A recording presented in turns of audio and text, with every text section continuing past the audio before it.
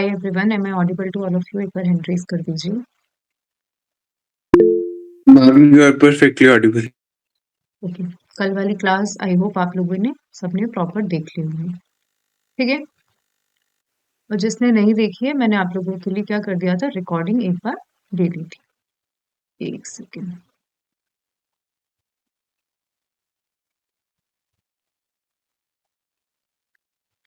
ठीक है, आप लोगों को स्क्रीन प्रॉपर दिख रही होगी। देखिए, हम कल किस किस की डेफिनेशन कंप्लीट कर चुके थे। हमने कोड की डेफिनेशन पढ़ी थी, है ना। हमने कोड की डेफिनेशन पढ़ी, कंक्लूसिव प्रूफ की डेफिनेशन पढ़ी, मे presume, shell presume, proved, disproved, not proved. ठीक है, ये सारी डेफिनेशन हम लोगों ने कल पढ़ ली थी। अब आ जाइए डॉक्यूमेंट। किसकी डेफिनेशन हम देखते हैं? डॉक्यूमेंट की। डॉक्यूमेंट की डेफिनेशन आप भारतीय न्याय संहिता में भी देखेंगे। ठीक है, भारतीय न्याय संहिता और भारतीय साक्ष्य अधिनियम, डॉक्यूमेंट की डेफिनेशन ऑलमोस्ट सिमिलर ही है, बस थोड़ा सा नीचे लास्ट में चेंज है। क्या याद करना होता है डॉक्यूमेंट की डेफिनेशन में? देखिए, क्या याद करेंगे आप? EDS। क्या याद करेंगे? EDS कि document means any matter expressed और डिस्क्राइब्ड अपॉन एनी सब्सटेंस। तो मैंने क्या बोला कि document means any matter expressed और डिस्क्राइब्ड। ठीक है, डी पे describe, upon any substance, upon any substance. ठीक है, किस मीन से जुड़ा हुआ है वो? मीन्स ऑफ लेटर, मतलब किसी भी तरीके का लेटर से, फिगर से, मार्क से, या एनी ऑफ दीज। आपको एग्जाम में ये भी लिख कर आना है, और एनी ऑफ दीज। ठीक है, चाहे लेटर से जुड़ा हुआ हो, लिखा हुआ हो, चाहे फिगर से लिखा हुआ हो, चाहे मार्क से लिखा हुआ हो, या एनी ऑफ दीज, इन सब से लिखा हुआ हो।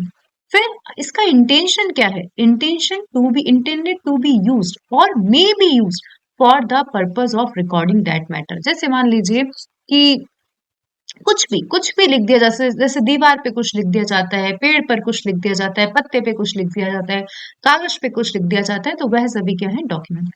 तो हमने क्या याद करा कि एनी मैटर, मतलब document means any matter expressed और डिस्क्राइब्ड अपॉन एनी सब्सटेंस। ठीक है, by means of letter, figure और मार्क्स, और any of these intended to be used. ठीक है, ये डेफिनेशन कितने पार्ट्स में बट गई? EDS एक। ठीक है, उसके बाद में किस पार्ट में? फिर 4 पार्ट्स में बटी है, लेटर, फिगर, मार्क्स और एनी ऑफ दीज। फिर इसको और फर्दर 2 पार्ट्स में डिवाइड कर दिया है, विच intended to be used or may be used for the purpose of recording that matter. और क्या नया इंक्लूड हो गया है? इंक्लूडिंग इलेक्ट्रॉनिक और डिजिटल रिकॉर्ड्स। क्या इंक्लूड हो गया है? Including electronic and digital records. ठीक है, ये डेफिनेशन में, भारतीय साक्ष्य अधिनियम की डेफिनेशन में आप मोस्टली हर जगह देख लेंगे इलेक्ट्रॉनिक और डिजिटल रिकॉर्ड्स। जैसे क्या क्या लिखा हुआ है? Writing document, maps, plan, caricature, website, voice mails, messages, server, logs, ये सब क्या है? ये डॉक्यूमेंट के डेफिनेशन में आते हैं। एक बार हैंड रेज कर दीजिए, समझ में आ गया?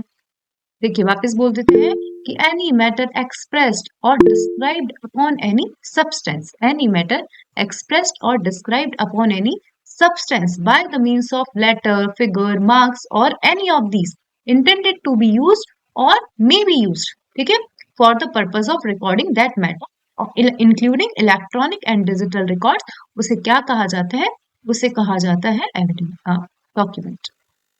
अब आ जाइए एविडेंसेस। तो आप लोग ध्यान से सुन लीजिए, ये जो एविडेंस की डेफिनेशन है, ये बहुत ही लिमिटेड डेफिनेशन है, बहुत ही लिमिटेड डेफिनेशन दे रखी है इस इंडियन, इसमें भारतीय साक्ष्य अधिनियम में इसकी एविडेंस की, क्योंकि यहाँ पे केवल ओरल और डॉक्यूमेंट्री एविडेंसेस के बारे में कहा गया है। तो हम बात करें हॉस्टाइल, मतलब कुछ कुछ भी बात करें लाइक सर्कमस्टांशियल एविडेंस, तो ये कहा गया, तो ये एविडेंस एग्जॉस्टिव नहीं है।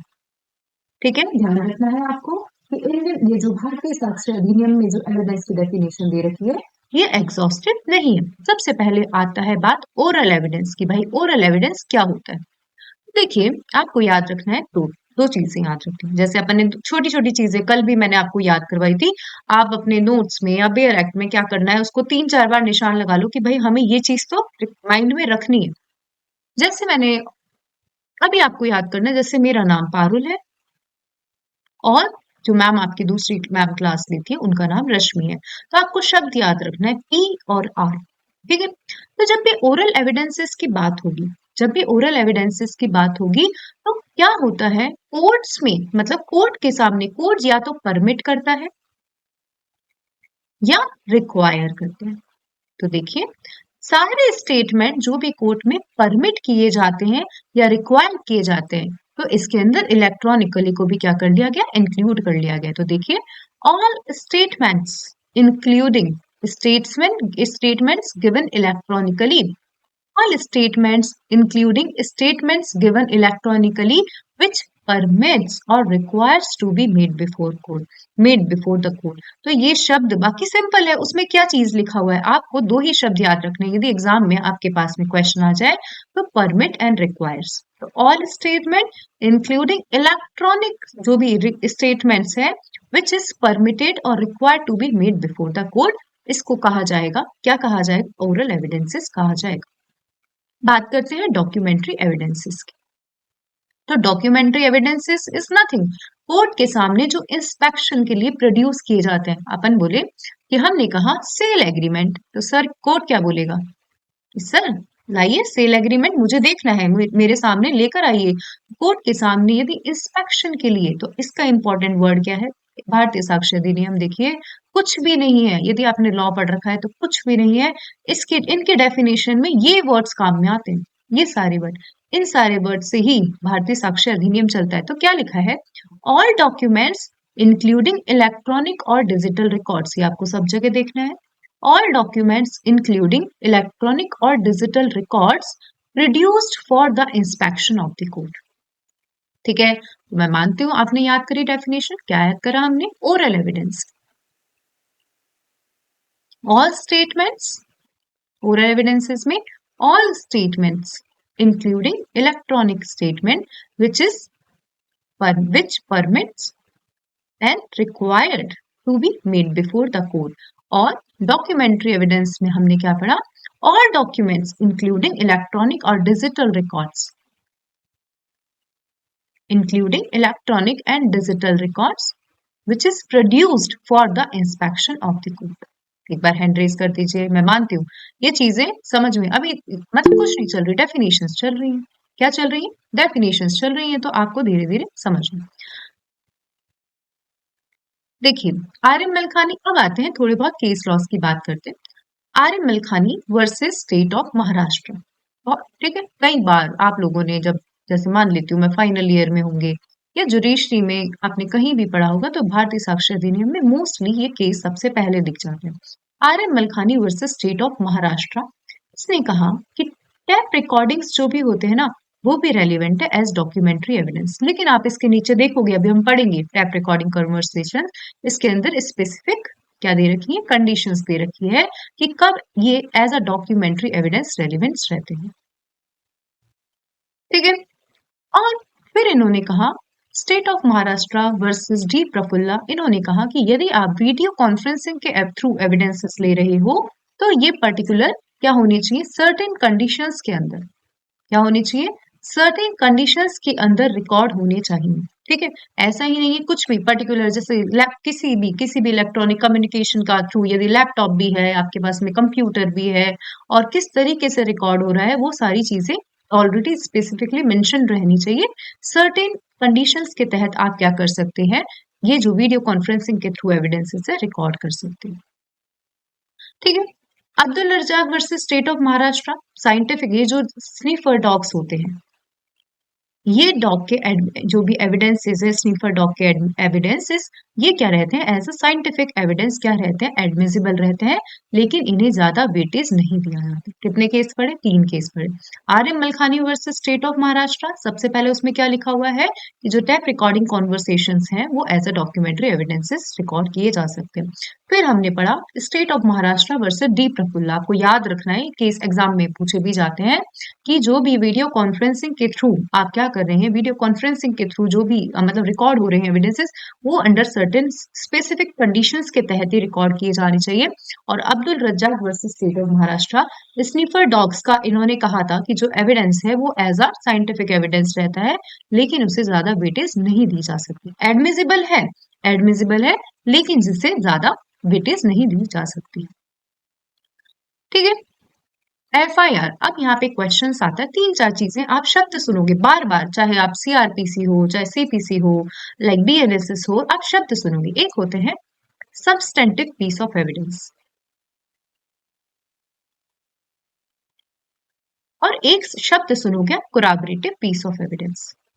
कोई बता सकता है what is the difference between substantive piece of evidence और कोराबरेटिव पीस ऑफ एविडेंस? कोई भी बता सकता है?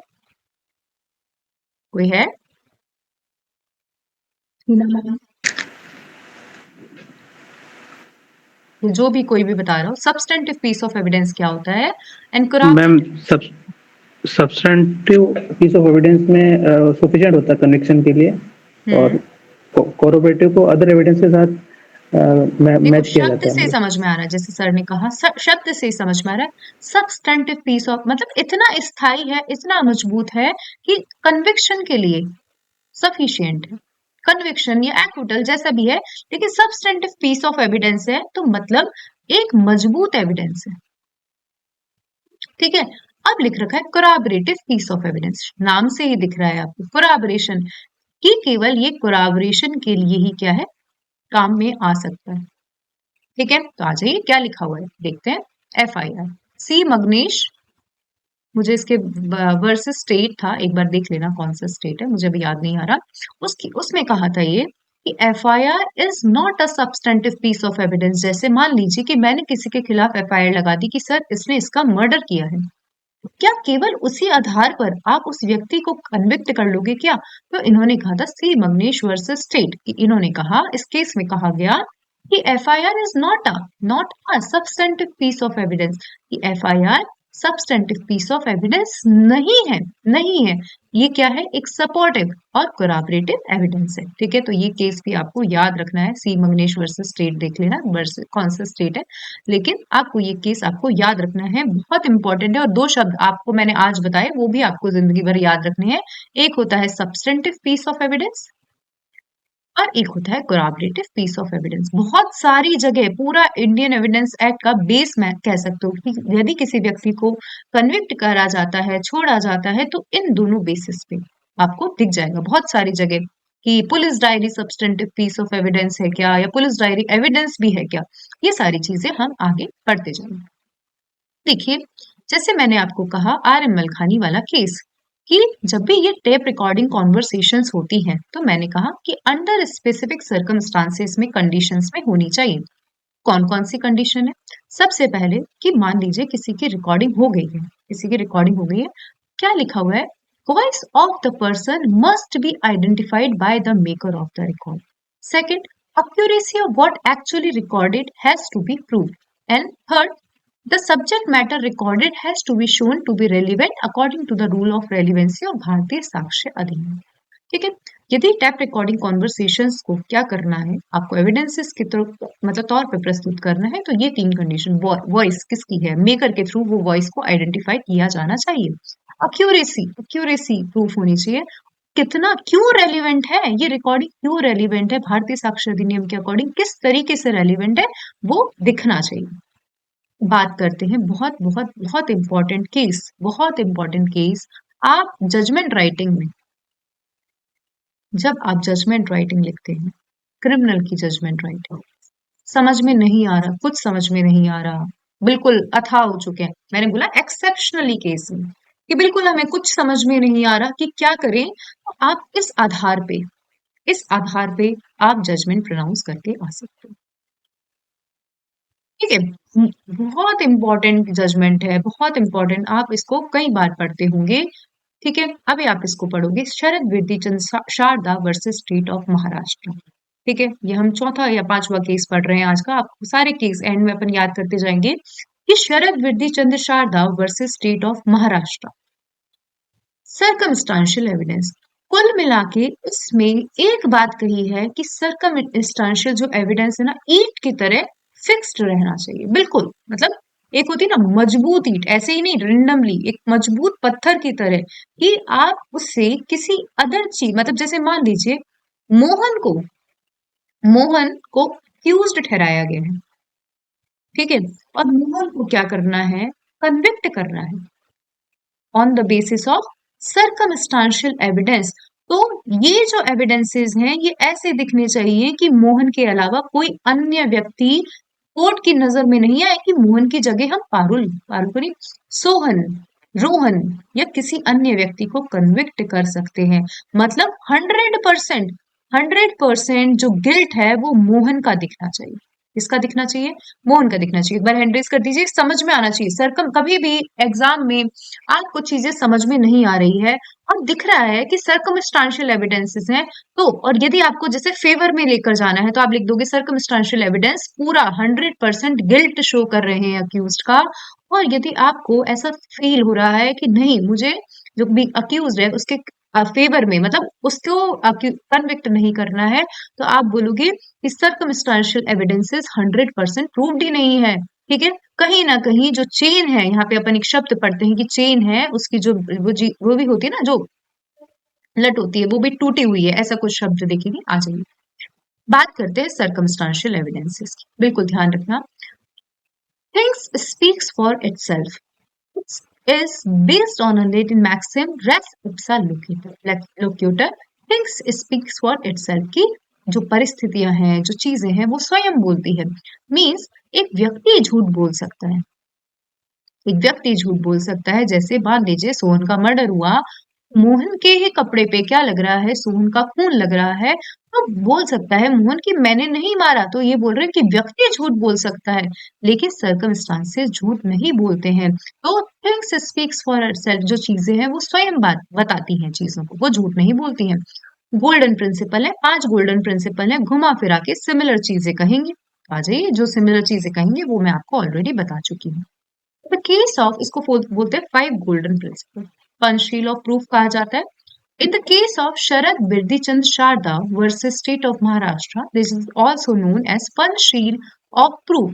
क्या बोला कि just circumstances from which conclusion of guilt is drawn, कि वह परिस्थितियां जिसके आधार पर आप गिल्ट को मतलब क्या कर रहे हो, कंक्लूड कर रहे हो कि हाँ इस व्यक्ति ने ऑफेंस किया, it should be fully satisfied, it should be fully satisfied.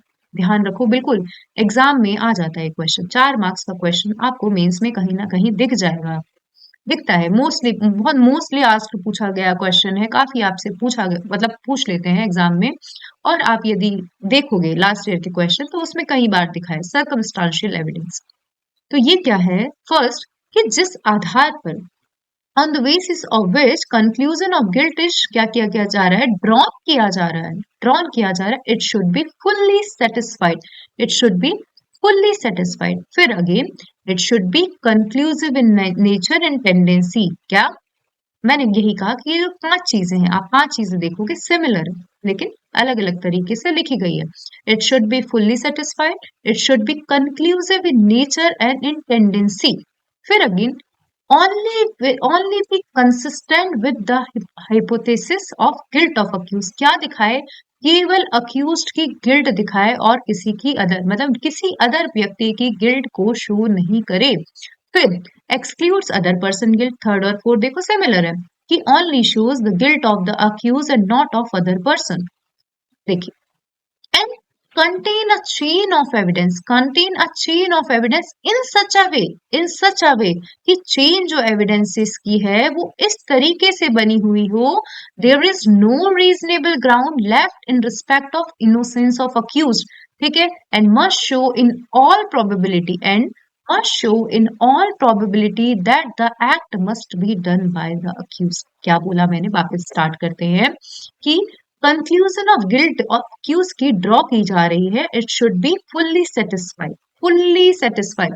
It should be conclusive in nature, it should be conclusive in nature. ठीक है, only be consistent with the guilt of the accused and excludes the other person's guilt। ठीक है, other person की guilt show नहीं कर, और contain a chain of evidence in such a manner, in such a manner that there is no reasonable ground, there is no reasonable ground left in respect of innocence of accused।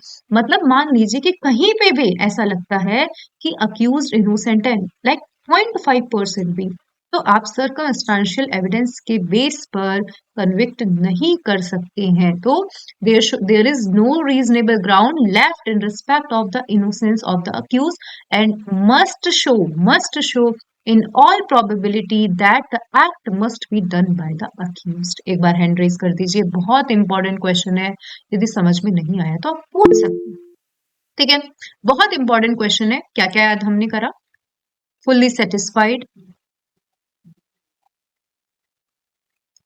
conclusive in nature, consistent with the guilt of the accused, consistent with the guilt of the accused, excludes guilt of other।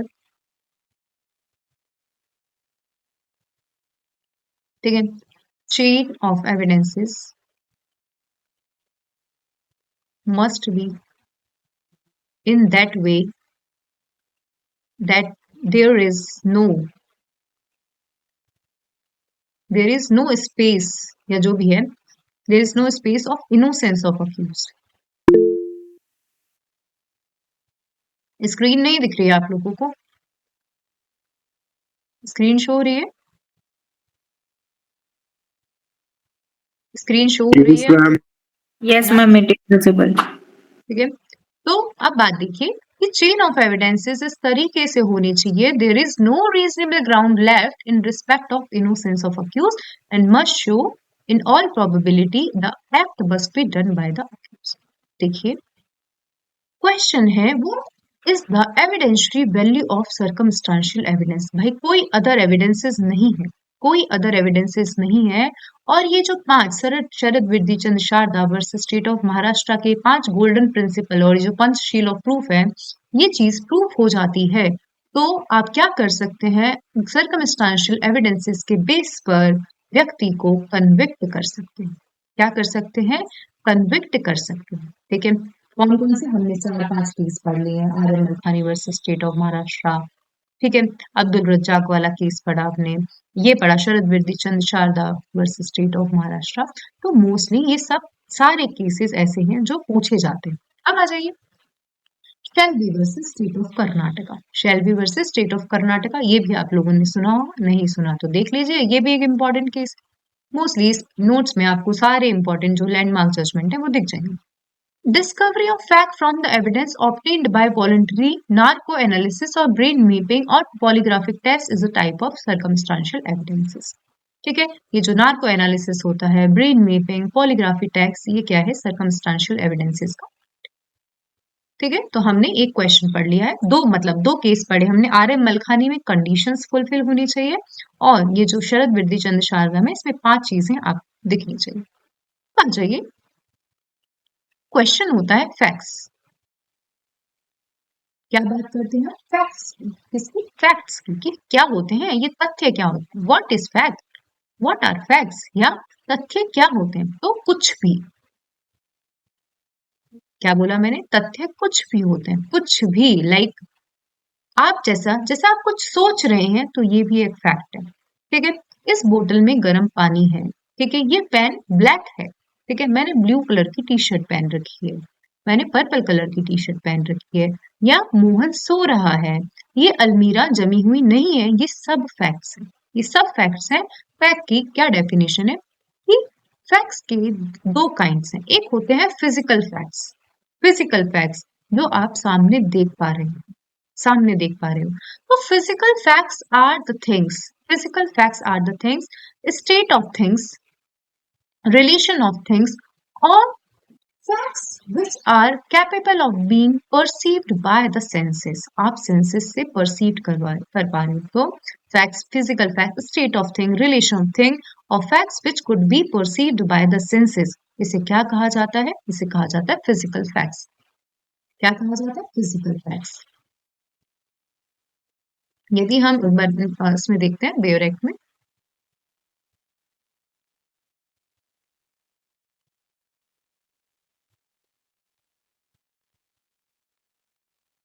देखिए लिखा हुआ नहीं है यहाँ पे, लेकिन इन्हें क्या कहा जाएगा? इन्हें हम मानते हैं कि ये फिजिकल फैक्ट्स है।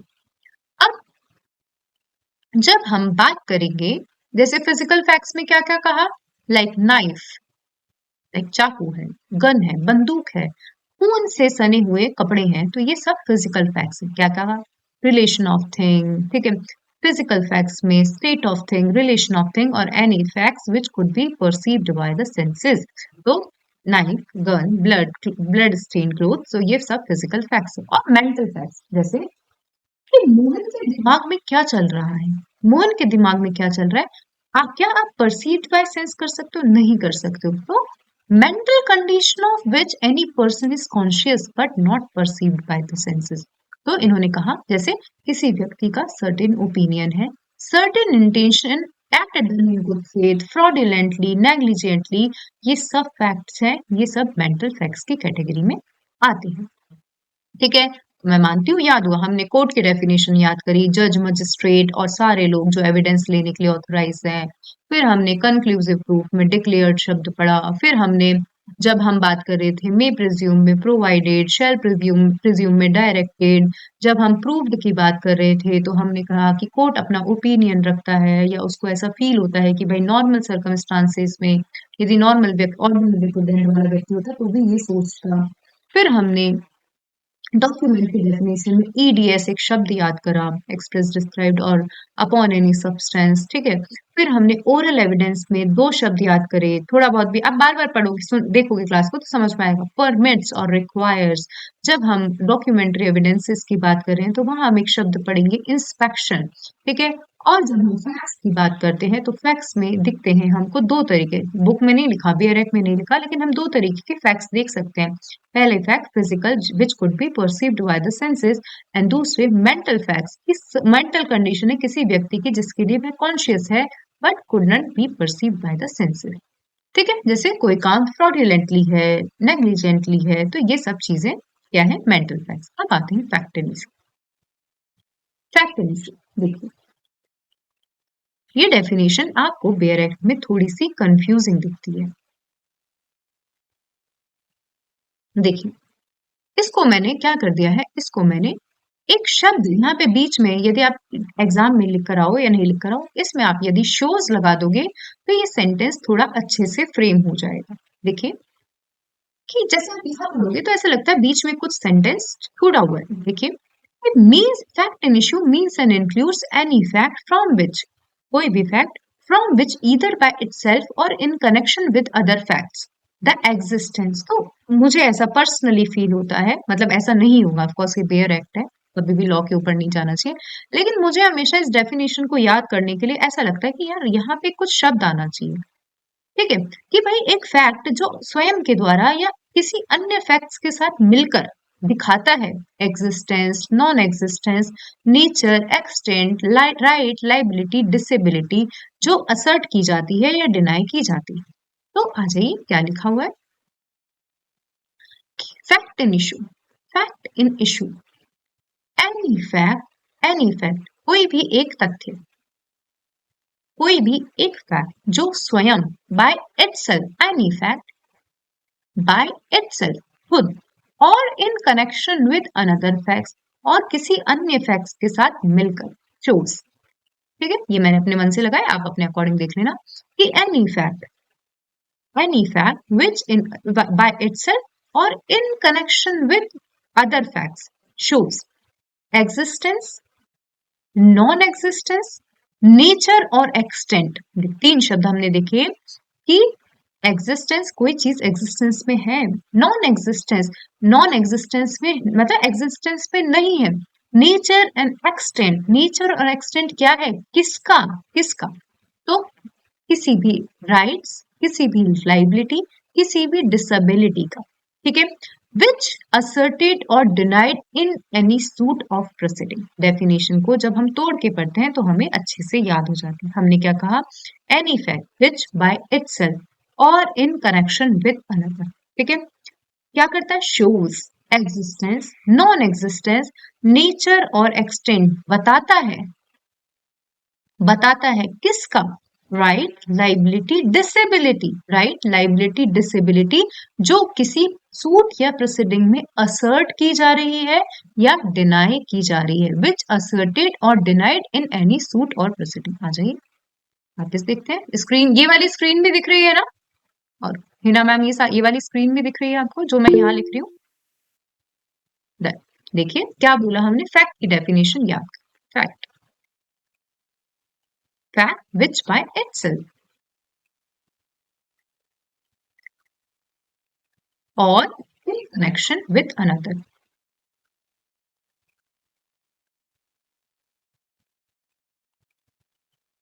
another याद रखते जाओ, shows existence, non-existence, nature और extent of, किसका बताता है, rights, liability, visibility, which is asserted or denied in any suit और proceeding। एक बार हैंड रेज कर दीजिए। डेफिनेशन समझने की बात तो अलग है, पहले याद कर लो इसको। समझ तो गए होंगे कि बता रहा है, हाँ किया जा रहा है, मना किया जा रहा है, लेकिन ये क्या है, ये फैक्ट एंड इशू की डेफिनेशन है। जैसे हमने फैक्ट की डेफिनेशन की बात करी, तो हर फैक्ट एंड इशू नहीं होता है, हर फैक्ट्स एंड इशू नहीं होता है जिसे असर्ट किया जाता है, डिनाई किया जाता है। आ जाइए, सीपीसी में भी आप देखते हो फैक्ट की डेफिनेशन।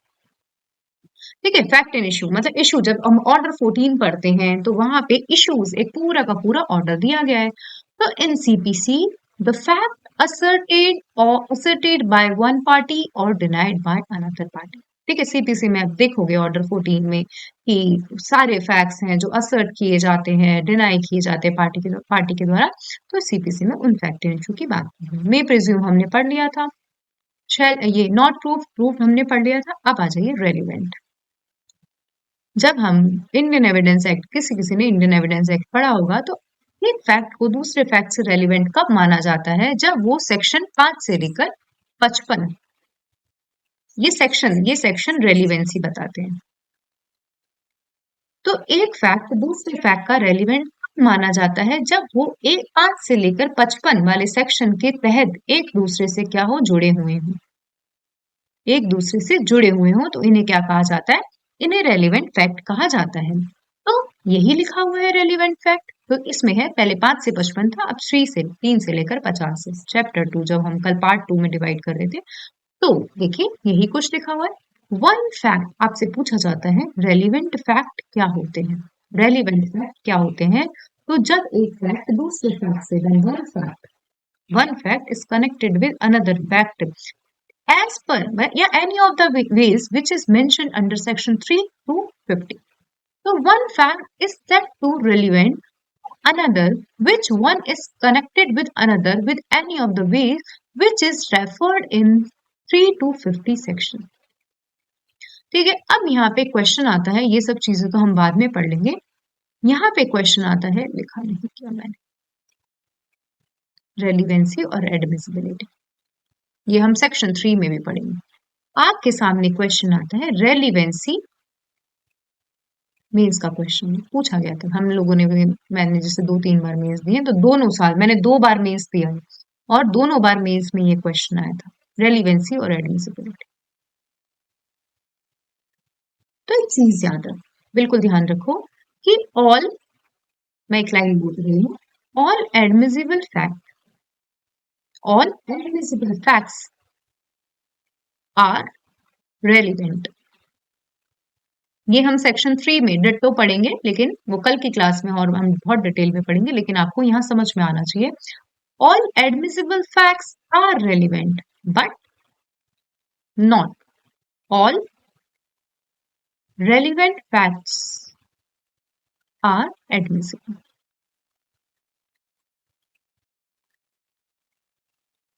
ये एक गोला है, इसके अंदर एक और गोला है।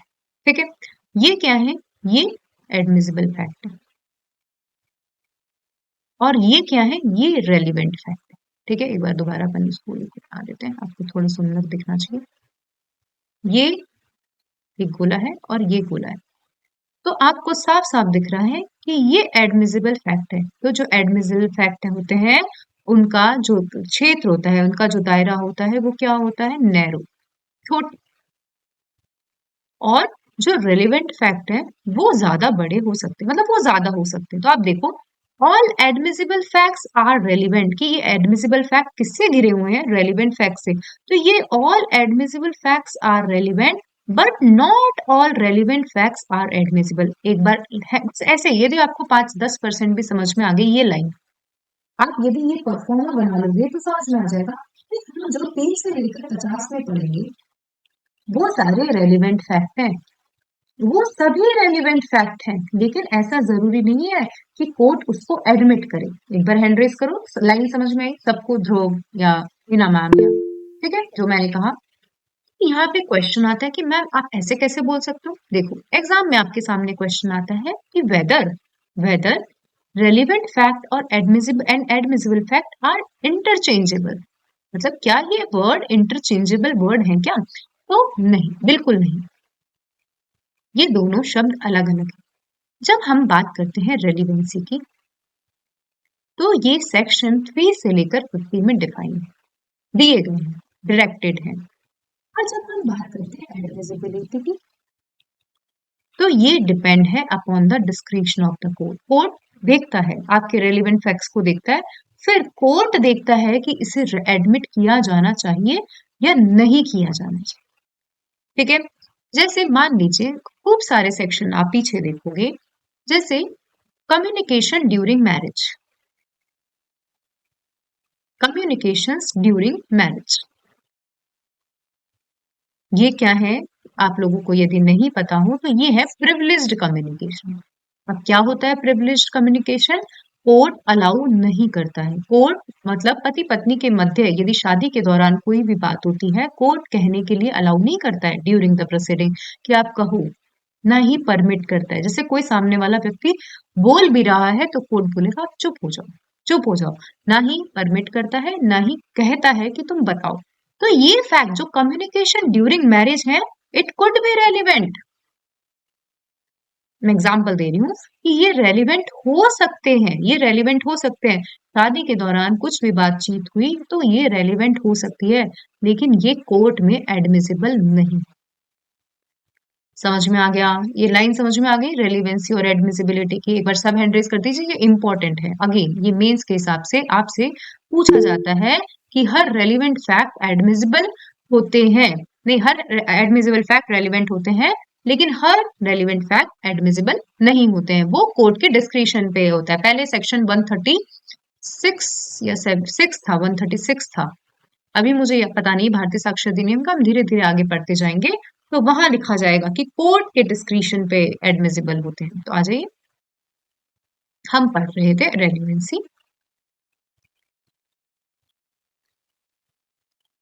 ये सब चीजें हो चुकी हैं हमारी, प्रिजम्पशन हमने पढ़ लिया है, ये सब हम पढ़ चुके हैं। और इन्होंने कहा सेक्शन 2 के सब सेक्शन 2 में कि जो भी वर्ड और एक्सप्रेशन है यहाँ डिफाइन नहीं किए गए हैं, मतलब हमारी पूरी डेफिनेशन क्लॉज हो चुका है, जो यहाँ डिफाइन नहीं किए गए हैं वो कहाँ से लेने हैं, कहाँ से एक्सट्रैक्ट करने हैं आपको, इंफॉर्मेशन टेक्नोलॉजी एक्ट और भारतीय नागरिक सुरक्षा संहिता और भारतीय न्याय संहिता। मतलब जो शब्द जो यहाँ डिफाइन नहीं किए सेक्शन 2 में, सेक्शन 2 में जो शब्द डिफाइन नहीं है उसे आपको भारतीय नागरिक सुरक्षा संहिता, भारतीय न्याय संहिता और इंफॉर्मेशन टेक्नोलॉजी एक्ट से लेना है। प्रिजम्पशंस वगैरह हम कल पढ़ चुके थे कि presumption of fact, presumption of law, relevancy of facts. तो वही सब चीजें जो मैंने आपको बताई है वो सब चीजें आपको सेक्शन 3 में दिख जाएंगी। यहाँ पे आपके पास में क्वेश्चन आता है कि आप कोर्ट में एविडेंसेस किस चीज का दोगे। तो ये एक बेस्ट एविडेंस रूल है। क्या है ये? बेस्ट एविडेंस रूल है। 3 बेस्ट एविडेंस रूल होते हैं, उसमें से एक बेस्ट एविडेंस रूल क्या है कि एविडेंसेस किसके दिए जा सकते हैं। एविडेंसेस केवल और केवल 2 चीजों के दिए जा सकते हैं, केवल और केवल 2 चीजों के। ऐसे तो हर कोई उठकर ये भी ले लो एविडेंस, ये भी ले लो, तो कोर्ट क्या करेगा, कोर्ट में जज का यही काम है क्या। इसलिए क्या कर दिया है, लिमिट कर दिया है कि एविडेंस केवल 2 चीजों के दिए जा सकते हैं, 2 चीजों से रिलेटेड, एक तो रेलिवेंट फैक्ट्स के और एक फैक्ट इन इशू। मुख्य बिंदु, विवाद का मुख्य बिंदु क्या है, उसके संबंध में एविडेंस दिए जा सकते हैं और रेलिवेंट फैक्ट्स के एविडेंसेस दिए जा सकते हैं। इसके अलावा किसी के भी एविडेंसेस नहीं दिए जा सकते। ये क्या है? Best evidence rule. आज ही याद कर लो, बेस्ट एविडेंस रूल। एक 94-95 भारतीय साक्ष्य अधिनियम में आप पढ़ोगे, ये भी एक बेस्ट एविडेंस रूल है कि जब डॉक्यूमेंट है तो डॉक्यूमेंट दिखाओ, ओरल एविडेंस मत दिखाओ। तो देखिए section 3, evidence may be given of fact and issue or relevant fact। ये सब चेंज कर दूंगी, और relevant fact। This section says that in suit or proceeding, evidences may be given of the existence or non-existence of fact and issue and relevant fact and no others। खत्म, बहुत limit कर दिया इन्होंने कि evidences आप किस चीज का दोगे। एविडेंस आप फैक्ट इन इशू का दोगे और रेलिवेंट फैक्ट्स का दोगे। देखिए, this section shall not enable any person to give evidence of a fact which he is disentitled to prove by any provision of the law for the time being in force relating to the civil procedure। ये क्या लिखा हुआ है explanation? Ma'am आपने इतना जल्दी जल्दी पढ़ दिया, तो मैं बताती हूँ। ये बोल रहा है कि ये सेक्शन एनेबल नहीं करता है। अब क्या एनेबल नहीं करता है, तो आ जाइए मैं बताती हूँ। इंपॉर्टेंट बात, जब हम बात करते हैं सीपीसी, किसकी बात करते हैं? सिविल प्रोसीजर कोड की। Order 7 rule 14, order 8 rule 1A, order 13 rule 1। कोई बता सकता है कौन से रूल है? कोई भी बता सकता है ये कौन से रूल है? Order 7 rule 14, order 8 rule 1A, order 13। ये रूल तीनों एक ही बात करते हैं। जल्दी से बताइए, किसी ने भी सीपीसी पढ़ा है? कोई भी है जिसे याद है ये क्या बात करता है? भाई ये इंपॉर्टेंट रूल्स हैं। आप यदि जुडिशरी की प्रिपरेशन कर रहे हो तो ये रूल तो आपको टिप्स पे याद होने चाहिए, जैसे एविडेंस टिप्स पे याद होना चाहिए, वैसे सीपीसी का ये वाले rules. Ma'am setting aside rejection of plaint, order 7 rule 14 setting aside rejection of plaint बात करता है। रूल 11 क्या बात करता है? देखिए, जब हम बात करेंगे डॉक्यूमेंट प्रस्तुत करने, डॉक्यूमेंट प्रस्तुत करने की बात करते हैं, ये किसी को थोड़ा थोड़ा याद आ रहा होगा कि क्या कहा गया है कि प्लेंटिफ, ऑर्डर 7 में कहा गया है कि प्लेंटिफ जिन डॉक्यूमेंट्स पे रिलाय करता है उन डॉक्यूमेंट्स को प्लेंट के साथ लेकर आएगा, लेकिन बाद में, मतलब यदि नहीं भी ला पाता तो कॉपी तो लेकर ही आएगा, कॉपी तो लेकर आएगा जिन पर, जिस बेस पर वो, जिस बेस पर उसका, मतलब जिस पर उसका केस बेस्ड है, उसको डॉक्यूमेंट को जब वो प्लेंट फाइल कर रहा है तो उसके साथ में उसको लेकर आना पड़े। फिर जब हम बात करते हैं डिफेंडेंट की, ऑर्डर 8 रूल 1 कि डिफेंडेंट के संबंध में कहा है कि जिस बेस पर वो केस को डिफेंड करना चाहता है, मतलब डिफेंस लेना चाहता है, वो सारे डॉक्यूमेंट रिटन स्टेटमेंट के साथ वो क्या करेगा? फाइल करेगा। क्या करेगा? फाइल करेगा। और नहीं करता है तो बाद में नहीं कर पाएगा, बाद में नहीं कर पाएगा। उसके 2 एक्सेप्शन है, वो सब आप सीपीसी की क्लास लोगे जब अच्छे से पढ़ना, मैं भी बता दूं, लेकिन वो बहुत ज्यादा मतलब एक्स्ट्रा हो जाएगा। फिर ऑर्डर 13 रूल 1, इन्होंने कहा कि बाय चांस कॉपी प्रस्तुत कर दी उस टाइम डॉक्यूमेंट की कॉपी प्रस्तुत करी है, तो आपको एक पर्टिकुलर टाइम पीरियड दे रखा है इसके अंदर, इशू सेटल होने से पहले पहले ऐसा कुछ दे रखा है, उस डॉक्यूमेंट का ओरिजिनल लेकर आना पड़ेगा।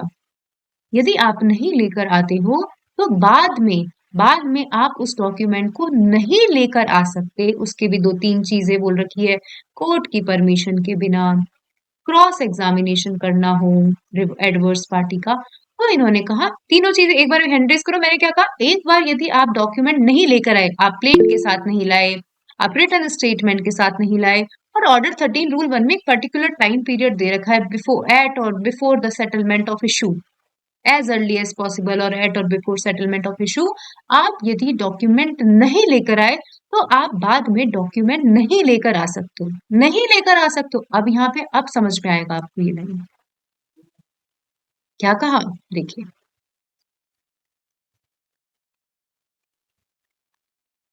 this section not enable any person to give any evidence of a fact which he is this entitled to prove by provision of the law for the time being enforced relating to CPC. CPC ने इधर मना कर दिया, CPC ने इधर मना कर दिया, तो इवन दो वो रेलिवेंट फैक्ट से रिलेटेड है, फैक्ट एंड इशू से रिलेटेड है, तो क्या आप लेकर आ सकते हो क्या? एक बार समझ में आया जो एक्सप्लेनेशन है, समझ में आ गई क्या? सब एक बार हैंड रेज कर दो कि ये सेक्शन एनेबल नहीं करता है जिसे सीपीसी ने रोक दिया है। अब सीपीसी ने रोक दिया, आप सीपीसी में कई जगह देखोगे पर्टिकुलर टाइम पीरियड दे रखा होता है।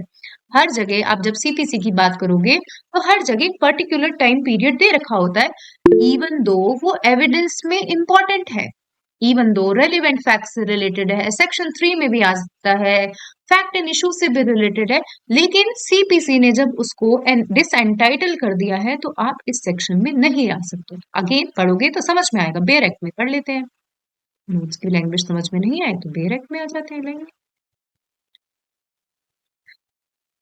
दिस सेक्शन देखो यहाँ पे ये लिखा इलस्ट्रेशन, बहुत सारे लोग इग्नोर कर करके चलते हैं इस एक्सप्लेनेशन को, लेकिन हर चीज पढ़नी आनी चाहिए। This section shall not enable any person to give evidence of a fact which he is disentitled to prove by any provision of the law for the time being in force relating to CPC. जैसे a suitor, suit करने वाला है, plane करने वाला है, does not bring with him and have in readiness, ना ही वो लाया ना ही उसकी इच्छा है, for production of first hearing a case upon on which he relies, वैसा डॉक्यूमेंट जिसपे वो रिलाई करता है वो नहीं लेकर आया। This section does not enable him to produce the bond or prove its content at a subsequent stage of proceeding otherwise than in accordance with the condition prescribed by the CPC. नीचे 3 condition लिख रखी है, court की permission से लेकर आ सकता है, cross examination और रिफ्रेशिंग मेमोरी, 3 चीजें के लिए ला सकता है, बाकी आप लेकर नहीं आ सकते। ठीक है, मैं मानती हूँ समझ में आ गया हूँ। ठीक है, तो एक बार सेक्शन 3 देख लेते हैं वापस बेयर से कि evidences may be given in any suit or proceeding of the existence and non existence of any fact and issue and such other facts here and after declare to be relevant and of no others. Explanation हम पढ़ चुके, illustration. ठीक है, illustration में भी ये illustration important था, ये बहुत सिंपल है क्योंकि आप यदि पढ़ लोगे तो ये सिंपल इलस्ट्रेशन। अब आ जाइए क्लोजली कनेक्टेड फैक्ट्स। ठीक है, कहीं भी भारतीय साक्ष्य अधिनियम में रेस जेस्टे का शब्द नहीं दिया गया है। ये देखो, ये भी पढ़ लेते हैं अपन, इसको यहाँ पे खत्म करते हैं, वो इंपॉर्टेंट है। सेक्शन 6 मतलब सेक्शन 3, अब वो सेक्शन 3 बन चुका है, 3 या 4, सेक्शन 4 बन चुका है जो रेस जेस्टे हुआ करता था, सेक्शन 6 हुआ करता था, क्लोजली कनेक्टेड फैक्ट्स वो सेक्शन 4 बन चुका है। तो आ जाइए क्या क्या लिखा हुआ है। Relevancy, relevancy is a touchstone of admissibility, हम ऑलरेडी पढ़ चुके हैं। The expression relevancy and admissibility are often taken to be synonym, की क्या माने जाते हैं, पर्यायवाची माने जाते हैं, but they are not the same, but ये सेम नहीं है, their legal implications are different. All admissible evidences are relevant, but all relevant evidences are not required to be admissible. ठीक है, रेलिवेंसी लॉजिक और प्रोबेबिलिटी पे based रहती है, लेकिन एडमिसिबिलिटी लॉजिक पे बेस्ड नहीं, स्ट्रिक्ट रूल ऑफ लॉ पे बेस्ड रहती है। ठीक है, रेलिवेंसी एक कॉज है, एडमिसिबिलिटी इफेक्ट है, बस इतना ही आप ज्यादा दिमाग लगाओ बस। ठीक है, आ जाइए सेक्शन 4, क्लोजली कनेक्टेड फैक्ट्स। बिल्कुल डायरेक्ट की लैंग्वेज आपको याद रखनी है। ठीक है, तो ये 3-4 से लेकर मोस्टली ये 4 से लेकर 14 में आपको बेयर एक्ट की लैंग्वेज ऐसे टिप्स पे रटी हुई होनी चाहिए। मेंस के क्वेश्चन है, उठ उठ के आते हैं। सेक्शन ये तो बिल्कुल आता ही है, तो जब तक आपका एग्जामिनर एग्जाम में ये लाइन ही नहीं देखेगा तब तक वो आगे पढ़ने की सोचेगा नहीं, सोचेगा लेकिन वो लगेगा कि नहीं यार मजा नहीं आया, आंसर में मजा नहीं आया। देखना क्या बोल रहा है, closely connected facts, facts forming part of the same transaction. आज हम इस लाइन को याद करेंगे, क्या लिखा हुआ है कि फैक्ट्स जो इशू में नहीं है, ये कौन से फैक्ट है, रेलेवेंट फैक्ट के बारे में बता रहा है। क्या बोला, ये फैक्ट्स जो इशू में नहीं है, जो इशू में नहीं है लेकिन एक दूसरे से, देखिए एक फैक्ट्स जो फैक्ट इन इशू नहीं है, एक फैक्ट्स जो फैक्ट इन इशू नहीं है लेकिन बहुत ज्यादा क्लोजली कनेक्टेड है, किससे, फैक्ट एंड इशू से और रेलिवेंट फैक्ट से। अगेन मैं वापस लाइन दोहरा रही हूँ, facts though not are fact and issue, जो फैक्ट एंड इशू नहीं है, but so connected with fact and issue and relevant fact, लेकिन बहुत ज्यादा कनेक्टेड है fact and issue and relevant fact से। इस तरीके से कनेक्टेड है कि ये फॉर्म करते हैं part of the same transaction, part of same transaction. इन्हें रेलिवेंट माना जाता है चाहे वो सेम टाइम पे हुए हों, सेम प्लेस पे हुए हों, या डिफरेंट टाइम पे हुए हों, डिफरेंट प्लेस पे हुए हों। बाकी की डेफिनेशन हम कल पढ़ेंगे, लेकिन आज की डेफिनेशन आ जाइए क्या लिखा है। Facts, facts not, facts though not are fact and issue, ऐसे फैक्ट्स जो फैक्ट एंड इशू नहीं है, फैक्ट्स एंड इशू नहीं है। But second line, closely connected, but इतने कनेक्टेड है, closely connected with fact and issue and relevant fact. फिर क्या कर रहे हैं ये लोग, फॉर्मिंग, मतलब इतने कनेक्टेड हैं कि फॉर्म कर रहे हैं part of same transaction, part of same transaction. फिर एक और लाइन लिखनी है कि चाहे ये फैक्ट ऑकर्ड हुए हों सेम टाइम पे, सेम प्लेस पे, डिफरेंट टाइम पे या डिफरेंट प्लेस पे। ठीक है, इसको आगे और डिटेल में हम कल समझेंगे। अभी आज आपका 2 दिन का डेमो था, ये बीएसए वाली क्लास का खत्म होता है, बीएनएसएस की क्लास का डेमो आपको 8 बजे मिल जाए। ठीक है, अब जिससे इसको भी क्लास कंटिन्यू करनी हो, चाहे बीएसए की या 4 हो, तो एक बार आप प्लीज पिंग कर दीजिएगा। ठीक है, थैंक यू सो मच। बाकी मैम आपको रश्मि मैम 7:55 समथिंग पे आपको लिंक शेयर कर दी।